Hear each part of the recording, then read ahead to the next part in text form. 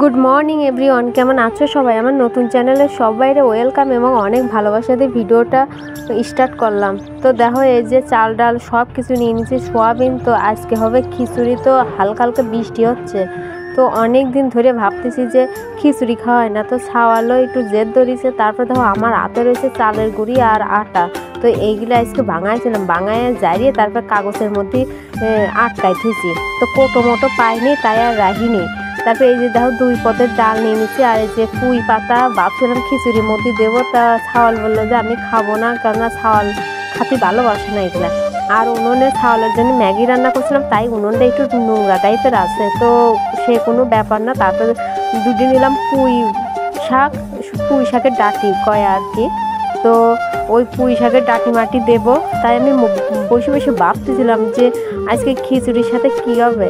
তা ছাওয়াল করছিল খালি খিচুড়ি হবে, আর কিছু না।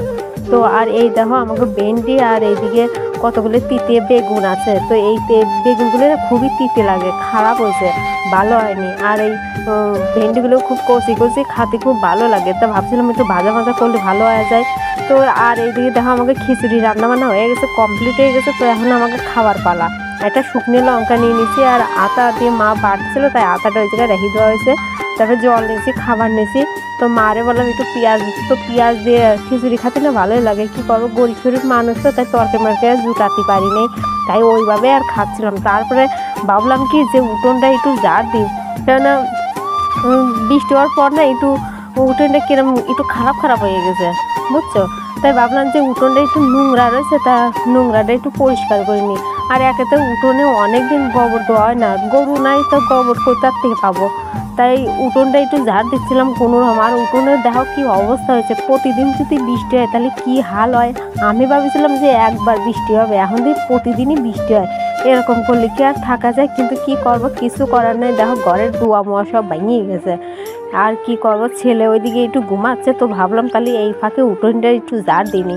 ভাবছিলাম যে গোবর ঠোবর পুরাই আইনি, তারপর উঠোনটা একটু ল্যাপো, কিন্তু আর পাইনি গোবর। তারপর দেখো কতগুলো তুলিয়েছিল, কিনে রেখে দিয়েছিলাম। তো অনেক দিন ধরে ভাবতেছিলাম যে বালিশ করব। তা বালিশ তো আমি সেরকম বানাতে পারি না, মার কাছে কোন যে কিরমভাবে বানাবো। তা মা আমার দেখা দিলে এইভাবে তা তুলিগুলো আবার ছিঁড়তেছিলাম, দলা দলা হয়ে গেছিলো।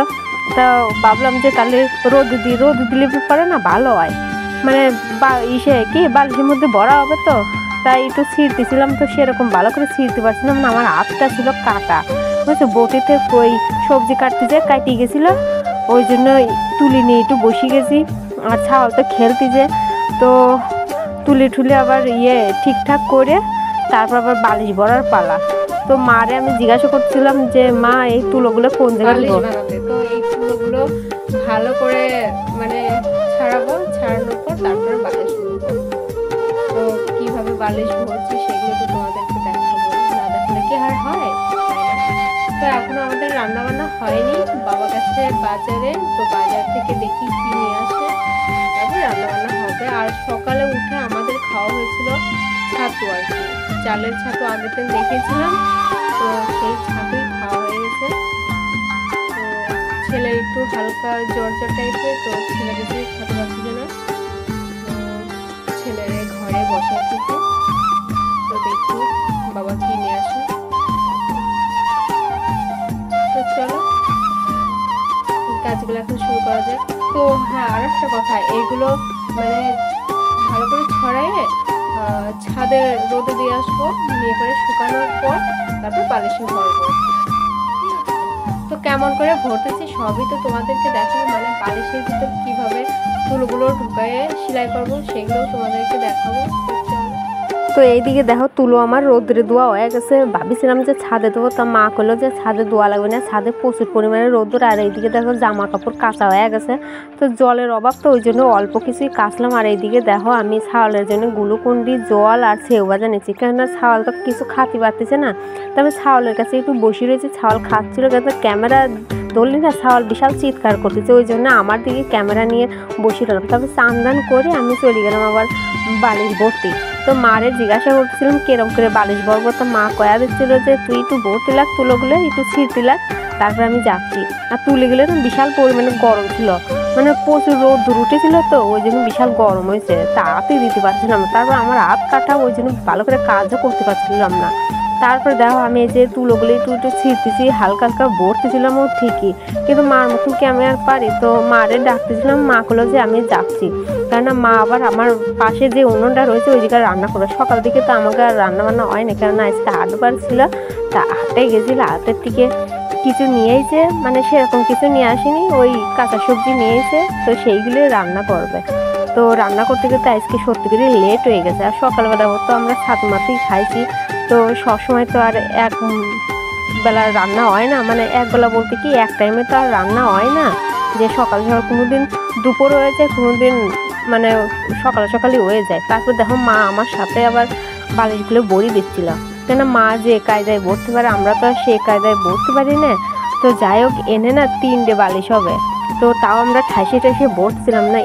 এইগুলো না ছোট ছোট বালিশ, আর যেই কাভারগুলো দেখতেছ সেই কাভারগুলো আমারই জামা, তো সেগুলো কাটি কেটে আমি আবার কাভার বানাইছি। আর ওয়ার তো আমি বানাবো, বালিশগুলো বড়া কমপ্লিট হয়ে যাক, তারপর আমি ওয়ারগুলো বানাবো। তো মা কাছে একটু ডিজাইন করে করবি, তো মারে করছিলাম, আমি তো আর ডিজাইন করে পাই না। তো দেখো মা কি সুন্দর করে বড়ি দিচ্ছে। তো এই তুলোগুলো আবার পরিষ্কার করে মা আবার রাখবে, কেন তুলোমুলো থাকলে আবার ওই যে রান্নার ভিতর চলে যাবে না, রাঁধতে পারতেছে না। আর এদিকে তুলো থাকলে আমি আবার করতে পারতেছি না। আর এই দেখো আমাকে সবজি নিয়েছে, কচু, লঙ্কা, আলু, আর এই যে কুমড়ে। আর এই মাছের জ্বালায় না কিছু খাওয়া যায় না, মানে যা থবো তাই মাছে এসে বিন বিন বিন বিন করবে। তারপর দেখো আমি বসে গেছি, বালিশ তো বড়া হয়ে গেছে, এখন সেলাই করতেছি। তো এইভাবে না সেলাই করাও যাচ্ছিল না, বিশাল কষ্ট হচ্ছিল, কিন্তু কি করব, তাও একটু কষ্ট মষ্ট করে করতেছি। হাতে সেলাই করতে পারতেছি না, ওই যে বললাম যে ব্যথা, হাত কাটি গেছে বটিতে সবজি কাটতে, যে তাও একটু কষ্ট মষ্ট করতেছি। তো 2ডি বালিশ তো করা লাগবে, আর এটা রয়েছে ওইটা এখনো বড়া হয় নাই। মা বললো যে এই 2ডি করি, তো আমি পরে আবার করে নেবার নেই, মানে রান্নার পর মা আবার করবে। তো যাই হোক আমার সেলাই করা কমপ্লিট হয়ে গেছে। এবার দেখো আমার বালিশটা কেমন হয়েছে। তো বালিশটা আমি থাপড়ায় আবার ঠিকঠাক করতেছিলাম, কেন তুলো বেশি হয়ে গেছিলো, তো সেরকম সেলাই করা যাচ্ছে না। আর দেখো বালিশটা কত সুন্দর হয়েছে, আর একটু সুন্দর হবে না, আমি তো সেরকম সুন্দর পারলাম না, তো মা এসে বাড়ি ঠিক করে দেবে না। তো এই বালিশটা বানিয়েছে আমার ছাওয়ালের জন্য, ছাওয়াল শোবে, তো নতুন নতুন না উঁচুই রয়েছে, তারপর কয়েকদিন শুলি করে ঠিকঠাক হয়ে যাবে। এই দেখো বালিশটা তাও সেরকম ভালো করতে পারিনি। তো আজকের মতন এই পর্যন্তই। আর আমার ভিডিওটা কেমন লেগেছে অবশ্যই জানাবে, তার সঙ্গে লাইক, কমেন্ট, শেয়ার এবং সাবস্ক্রাইব করতে একেবারে ভুলবে না। তো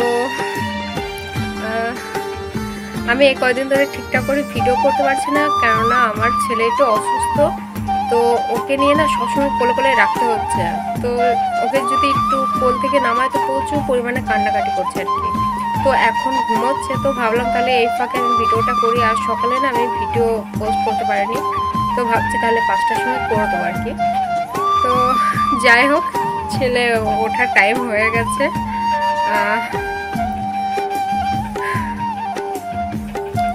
তোমাদের সঙ্গে আবার দেখা হচ্ছে নতুন একটি ভিডিও নিয়ে। ততক্ষণে তোমরা ভালো থাকবে, সুস্থ থাকবে এবং সাবধানে থাকবে। আর আমার ভিডিও যদি ভালো লেগে থাকে তো একটু বেশি বেশি করে দেখবে, ঠিক আছে? তো আজকের মতন এখানেই টাটা।